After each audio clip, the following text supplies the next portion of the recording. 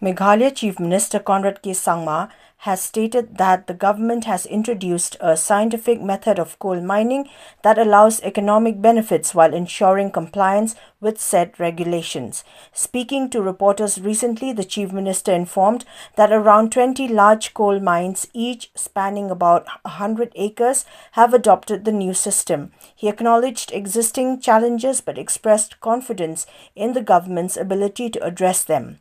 Conrad Sangma further informed that the government has already begun trial shipments of coal to other parts of the country, starting with 9 to 10 truckloads, and is actively investigating allegations of 4,000 metric tons of missing coal.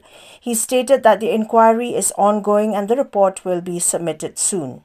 Further, Conrad K. Sangma blamed the current issues on the previous government's failure to address the coal mining ban effectively, adding that the present administration has worked with the centre and relevant agencies to develop standard operating procedures and enforce compliance.